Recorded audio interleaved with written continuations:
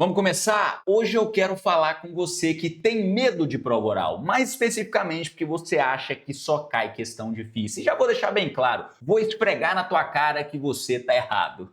Brincadeiras à parte, segura a mão, vai até o final do vídeo, vê se você concorda comigo mesmo. Se eu consigo te provar que você está errado, aí sim você deixa seu like, compartilha, até se inscreve, que aqui as coisas funcionam assim. Bom, eu vi isso muito de perto, principalmente na última turma, para a PGE Paraná, né? Turma de prova oral, que eu acompanhei alguns alunos que foram muito bem na prova oral. Eu já tinha visto no curso de prova oral, que eu também já coordenei lá no treine, como os alunos possuem medo, têm medo da prova oral. E muito desse medo tem a ver com um mito que se formou de que a prova oral só tem questões difíceis. E aí, um tempo atrás, eu estava lendo um livro aqui, ó, deixei ele até aqui para mostrar a prova para vocês, que é do Steven Pinker, que é um neurocientista, e logo no início do livro, deixei marcado aqui, vou ler para vocês, vocês me deem licença, é uma frase bem tranquila, que ele falou, quando eu li aquilo, eu falei, caramba, isso explica esse medo que os alunos têm da prova oral. E fala o seguinte, ele fala, a mente humana tende a estimar a probabilidade de um evento com base na facilidade com que consegue recordar exemplos. Basicamente, o que ele está falando? Você acha que as coisas são mais prováveis de acontecer de acordo com o que você consegue se lembrar delas. Então, aqueles dias que são normais, que nada acontece, que tudo está dentro da normalidade, não se destacam na sua memória. Mas o dia que algo acontece de errado, mas algo que foge da rotina e que te marca, isso sim você consegue lembrar. E aí, quanto mais você tem essa lembrança, mais você acha que essa coisa é possível de acontecer. Você vai para o trabalho todos os dias por 10 anos, só que um dia você sofre um acidente de carro, bate ali, tem um pneu furado. Você não vai lembrar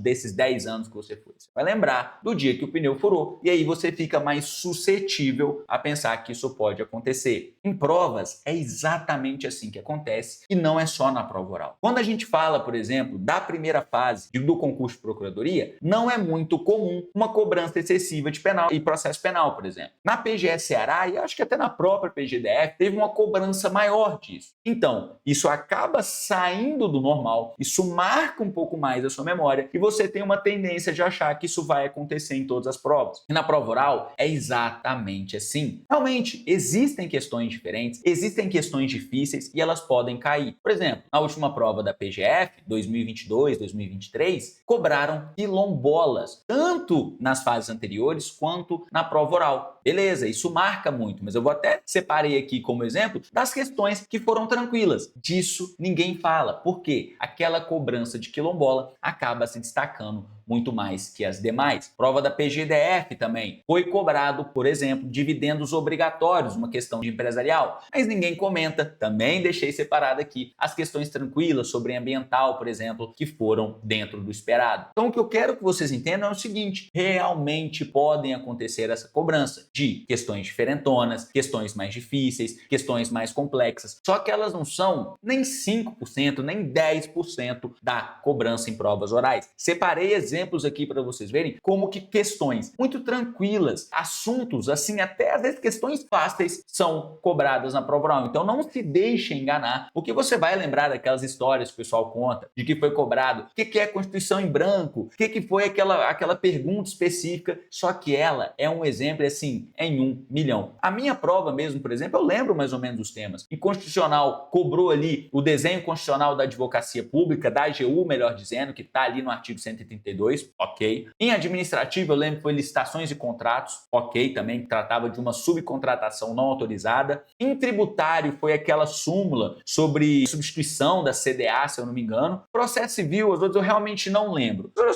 só questões dentro do esperado. E eu me lembro de sair da prova falando assim, ok, não sei se eu fui extremamente bem, mas não tinha dúvida que tinha passado e foi dentro do esperado. Então, não fiquem com esse medo achando que só cai questão impossível, só cai questão para te sacanear, que isso não é verdade na prova oral. E como aqui eu sempre trago os vídeos baseados em dados empíricos, em situações reais, eu deixei aqui separado para vocês esses exemplos de questões que eu julgo até fáceis que foram cobradas na prova oral. Vamos dar uma olhada nesse documento que eu separei? E vamos começar logo por ela, carreira de procurador federal, carreira excelente. Talvez eu esteja sendo um pouquinho clubista, talvez, mas olha essa questão aqui, gente. Vê se ela não é uma questão fácil, questão de direito tributário. Ele dá aqui um dispositivo do Código Tributário e pergunta a diferença entre sujeito ativo e sujeito passivo. Numa boa, aluno meu aqui, aí que eu falo com estudantes de alto nível, vocês sabem responder isso aqui, a diferença entre contribuinte responsável e sujeito passivo da obrigação tributária acessória. Também não tem nada aqui de absurdo não, Questão que eu considero muito fácil e para uma carreira de alto nível. É lógico, como eu falei com vocês, tiveram questões aqui, até cobraram quilombola na prova oral da AGU. Cara, beleza. Isso aí não dá para falar que é uma questão simples, uma questão fácil igual essa aqui. Mas tem diversas questões fáceis, sim. Vamos ver exemplo de outra carreira? Aqui, PGE Paraná, prova recentíssima também da CESP, cobrando em direito processual civil a possibilidade de desistência de mandado de segurança sem ou com o consentimento da autoridade coatora da pessoa jurídica de direito público ou de desconsorte. Isso aqui, tem decisão do STF que a gente estuda direto, Cabível homologação do pedido de desistência feito impetrante após a aprovação de sentença com resolução de mérito. Outra coisa, desde 2013 a gente já vê isso aqui, essa decisão, jurisprudência consolidada dos tribunais superiores sobre a possibilidade de existência do mandado de segurança. Tranquilo para um estudante de procuradoria, para um estudante do nível que vocês têm que atingir para chegar numa prova oral. E vou dar mais um exemplo ainda. PGDF, questão de direito ambiental e urbanístico, considerando o princípio do poluidor pagador. O que o procurador do Distrito Federal poderia alegar no caso que foi aqui narrado e também nada demais, princípio do poluidor pagador já te dá um direcionamento da sua resposta. Questões tranquilas, sim, beleza?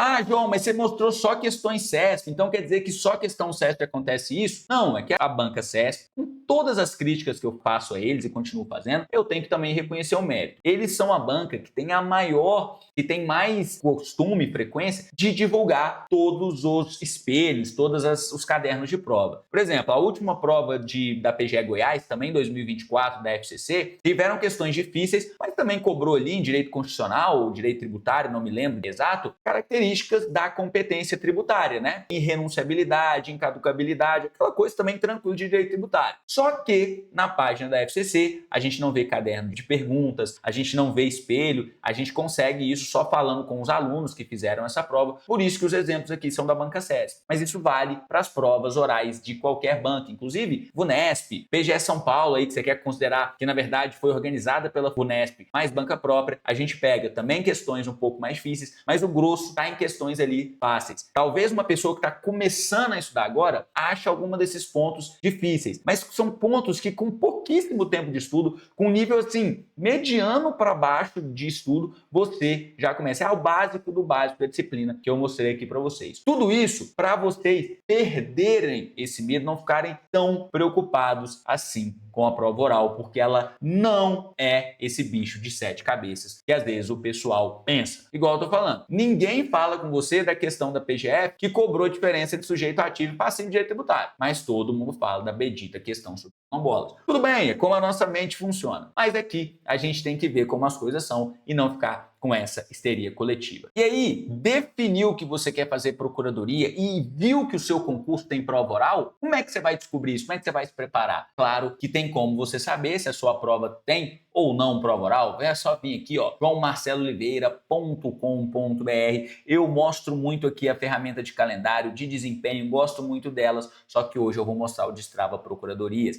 que a gente está focado aqui nos principais concursos da advocacia pública. Tem diversas formas de filtrar as informações da carreira, inclusive, quais concursos exigem, quais não exigem prova oral. E aí, se você está interessado nessas carreiras aqui de cima, você já vai tirando esse medo da prova oral. Se você está aqui de baixo, você não está com tanta preocupação assim, ou talvez você queira saber quais que tem mais período de férias, quais que têm maior remuneração, quais permitem ou quais não permitem advocacia privada, tudo aqui bonitinho para vocês, beleza? E diversas outras ferramentas, calendário, desempenho, que eu já mostro direto aqui para vocês. E para esse vídeo não ficar muito grande, não vou ficar mostrando muitas funcionalidades aqui, mas vou aqui dar uma olhada nos comentários que vocês deixaram nos vídeos anteriores para vocês não ficarem sem resposta. E a Karine Andrade 4237 perguntou: é possível que alguém passe no próximo concurso escolher de cara a lotação que quer? Por exemplo, a capital Goiânia, caso tenha vaga? Vamos lá, Karine. Se tiver vaga, você pode sim. Inclusive, se pegar coisas mais antigas minhas, vocês vão ver que eu errei. Porque quando eu entrei na carreira, Goiânia era extremamente difícil. Por mais que eu tenha dado sorte, viu? Eu consegui com 10 meses de casa, 10 meses exatos de carreira, eu consegui vir para Goiânia. E isso foi um recorde na época. Os colegas que eu fiz aqui em Goiânia, quando eu encontrei, eles falaram: cara, você já chegou aqui? Demorei 7, 10, 5 anos. Então, o pessoal do concurso anterior, o pessoal mais antigo, demorou 7, 10 anos. Eu demorei 10 meses e eu falava assim: gente, esquece Goiânia. Goiânia é difícil pra caramba. Vai ser difícil conseguir. Eu dei uma sorte, foi uma conjunção de fatores que não vai repetir para vocês. Fui lá e errei. Já teve colega meu do concurso agora que conseguiu ir direto para Goiânia. E teve uns outros que ficaram, sei lá, 2, 3 meses em Brasília e conseguiram. Então, sim, se aparecer para vocês, e agora considerando o último concurso, eu acho que é possível sim aparecer, você pode ficar em Goiânia. Eu diria que é uma possibilidade alta. Só entendam que a remoção nas carreiras da AGU e no serviço público de uma maneira geral funciona da seguinte lógica: antiguidade é posto. Então, por exemplo, antes de vocês entrarem, vocês são menos antigos que todas as pessoas da carreira, certo? Eles vão falar o seguinte: ó, vamos abrir essas vagas aqui para os novatos. Alguém tem interesse nelas? Aí todos nós da carreira podemos ver se a gente tem interesse ou não. Entre a gente também, o mais antigo tem preferência sobre o menos antigo, né? Então, por exemplo, digamos que eu falo: eu quero sim essa vaga X. Aí um procurador que é mais antigo que eu falo: eu quero também. Aí o pessoal vai falar: ih, João, sinto muito, vai para ele, quem sabe numa próxima. E aí todas essas, depois que a gente se mexer dentro da carreira, serão oferecidas a vocês. Se nessas novas estiverem em Goiânia e ninguém na sua frente no concurso, porque olha só, todo mundo passou no mesmo concurso, ninguém entrou na carreira ainda. Como que a gente define quais são os mais novos e os menos novos, os menos antigos? Então, o primeiro colocado, ele é mais antigo que o segundo, que é mais antigo que o terceiro, e assim sucessivamente. Então, se não tiver ninguém na sua frente que queira Goiânia, Goiânia pode sim chegar até você. E, de novo, eu acho, considerando o que aconteceu no último concurso, que é algo bem possível. Sei de advogado da União e sei de procurador federal que veio direto para Goiânia. Não sei de PFN, mas eu também não fui procurar, porque daria muito trabalho, eu já tenho muita coisa para fazer. Inclusive, ó, seguindo nessa linha de coisas que às vezes eu simplesmente não vou atrás porque eu preciso usar bem o meu tempo, vou responder e já perdi desculpas aqui ao José Fernando Perdigão 4401. E procurador do Bacen, tem alguma informação? Esse concurso da AGU sairá em 2025 ainda? Obrigado desde já. Vamos lá, vou responder de trás para frente. Esse concurso da AGU sairá em 2025 ainda?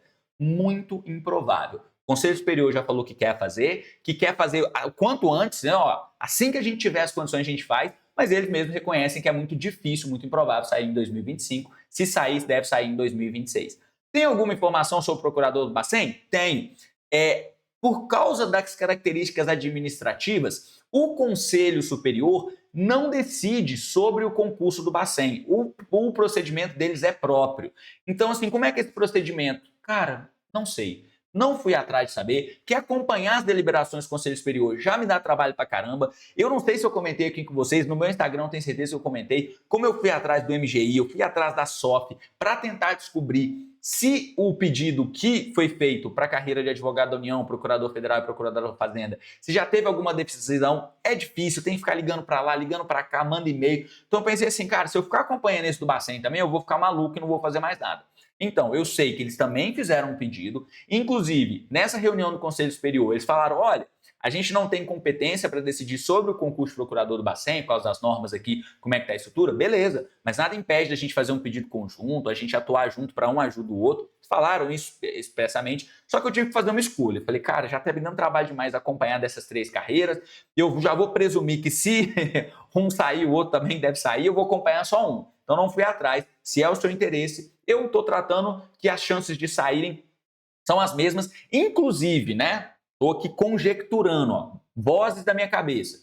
Vamos supor que o MGI, que a SOF, olha e fala assim: caramba, tem 4 pedidos, né? Digamos assim: procurador federal, procurador da Fazenda, advogado da União e procurador do Bacen. Só vai dar para a gente deferir um. Eu acho que poderia acontecer de novo. Estou inventando esse cenário aqui, que poderia ser mais provável que eles deferissem só o Bacen, porque o Bacen não teve concurso nesse. leva, o último concurso procurador do Bacen foi em 2013. Então, nessa hipótese aqui que eu estou inventando, digamos que o pessoal tem que olhar e falar assim, só vai dar para a gente dar o dinheiro para um. Eu acho que eles poderiam escolher o Bacen nesse critério de que é o que está mais tempo sem concurso. Inclusive, um abraço, já falei isso em vídeo anterior, tira o chapéu pro pessoal lá do Bacen que está carregando esse piano por 10 anos, aí, mais de 10 anos sem concurso. A situação não deve estar fácil lá não, beleza? Bom, como sempre, eu agradeço a atenção de todos vocês e até o próximo vídeo.